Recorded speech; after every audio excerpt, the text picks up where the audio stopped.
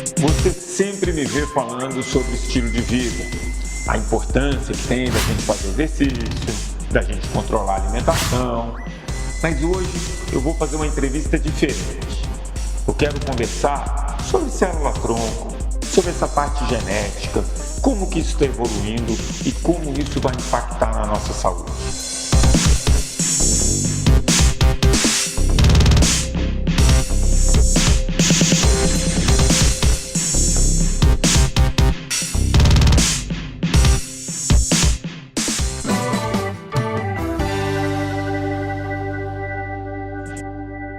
O fato é que hoje as pessoas vivem mais. Então, se há 20, 30 anos a expectativa de vida era 10, 15 anos a menos, hoje a gente vive mais. O problema é que a qualidade de vida não acompanhou o aumento da quantidade de anos incorporados na nossa vida. E para isso eu preciso conversar com gente que entende. Ricardo, é mais ou menos isso que eu falei?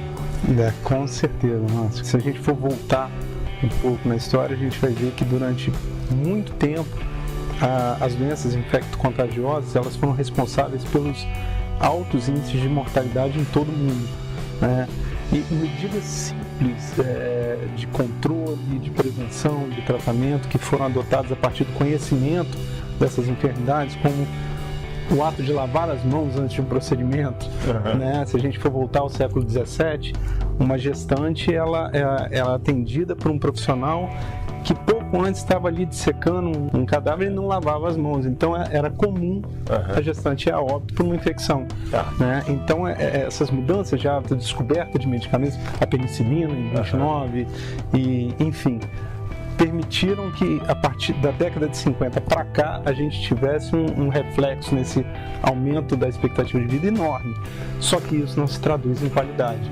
De fato, o conhecimento na área da medicina ele vem sendo estendido por conta dessas novas manifestações, que são as doenças classificadas como crônico-degenerativas, né? E a gente sabe que uma das razões para as manifestações dessas doenças estão relacionadas aos hábitos, né? Estilo de vida das pessoas. E aí, de que maneira essa nova medicina que vem sendo construída, ela se baliza, né? Assim, a gente tem aí a engenharia genética dando uma contribuição enorme para o entendimento do perfil do indivíduo e para tentar buscar ou inferir condições, novas possibilidades para uma rotina de vida melhor, em prevenção e tratamento. A gente tem a engenharia tecidual trazendo à tona a possibilidade real para a gente regenerar, ou seja, devolver ao tecido uma condição tal qual ele tinha antes de sofrer o problema. Então a medicina ela vem avançando em muitas frentes. Às vezes a pessoa tem algum tipo de doença, tem algum problema, enfim, até de autonomia, e hoje muito se fala de célula-tronco. Claro que isso gera nas pessoas uma expectativa. Então, poxa vida, eu pegando para o meu lado, estou com o joelho baleado, meu joelho é de 100 anos. Será que eu não consigo com a célula-tronco reconstruir a cartilagem do meu joelho, por exemplo? Então as pessoas têm uma expectativa muito imediata. Primeiro, me conta em que estágio que a gente está, que é hoje provavelmente, pelo que eu leio, pelo que eu vejo, as pessoas já conseguem armazenar essas células-troncos, mas em que momento que a gente vai ter uma entrega mais efetiva para a sociedade? Olha, é fundamental essa pergunta, né, dentro desse contexto aí de medicina regenerativa. As células-tronco, elas se apresentam como uma vedete dentro desse universo, porque elas trazem uma gama de possibilidades, uma perspectiva maravilhosa, né? Só que a entrega, mais uma vez, ela tem que se dar por módulos, né? No primeiro módulo, a gente precisa selecionar quais células apresentam quais células-tronco, que são aquelas células capazes de se diferenciar, né, em diversos tecidos do nosso corpo, quais têm maior versatilidade, maior potencial, respondem melhor a uma multiplicação e armazenamento em laboratório para que possam efetivamente ser utilizadas, né? Mas hoje já existem, então, algumas pessoas usando? Já existem caminhos aí sendo construídos muito próximos de uma entrega. A gente pode citar alguns exemplos. Pacientes portadores de cegueiras causadas por degeneração de córnea.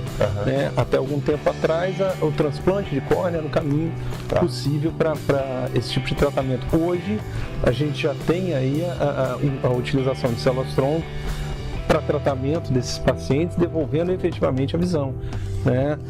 Crianças portadoras de fissura palatina no lábio leporino, né?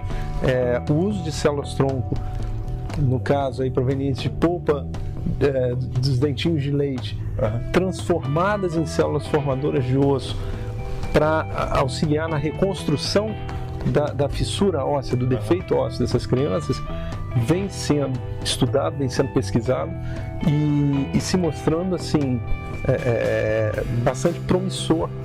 O dente de leite hoje seria a maneira mais fácil de você coletar essa célula-tronco? O trabalho com dente de leite ele tem algumas vantagens, né? Então você tem uma facilidade ao acesso, porque crianças perdem os dentes ao longo do crescimento.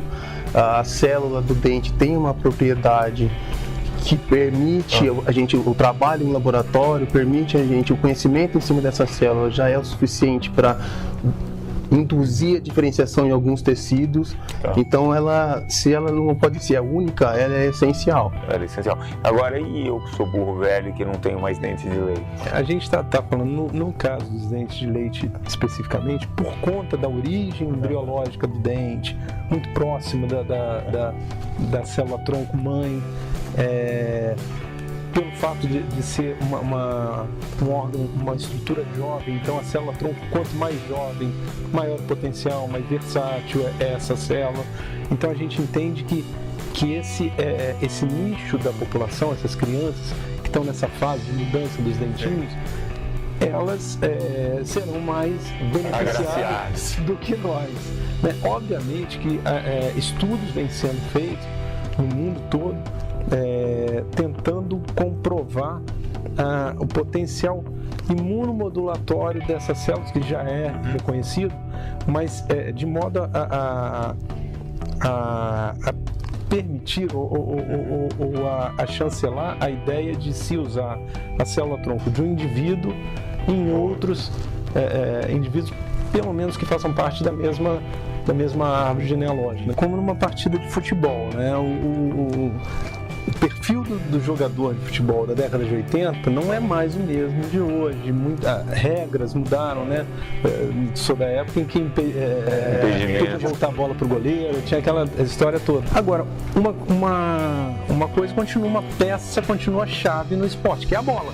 Sem a bola não tem jogo, né? Então a gente pensar em medicina regenerativa utilizando célula-tronco sem a célula, não dá para imaginar.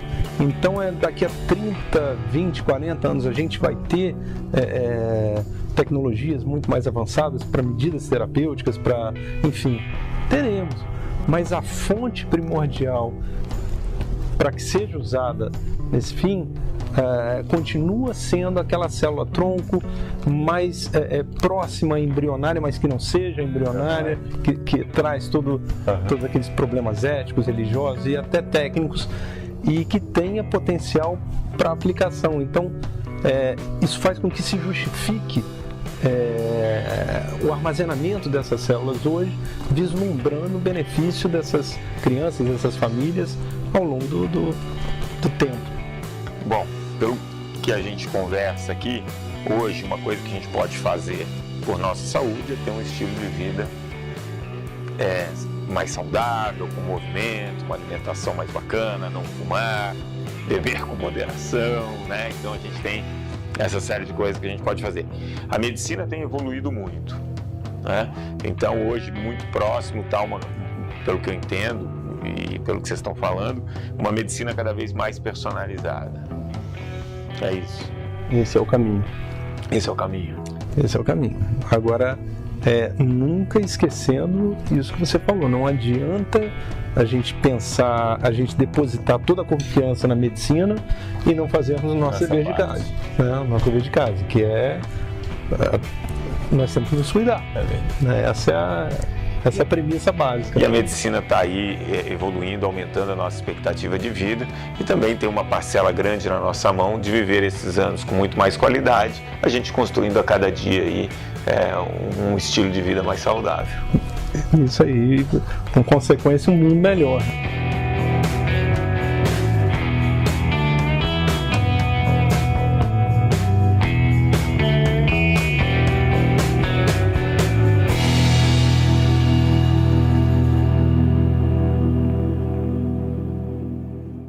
Gostou?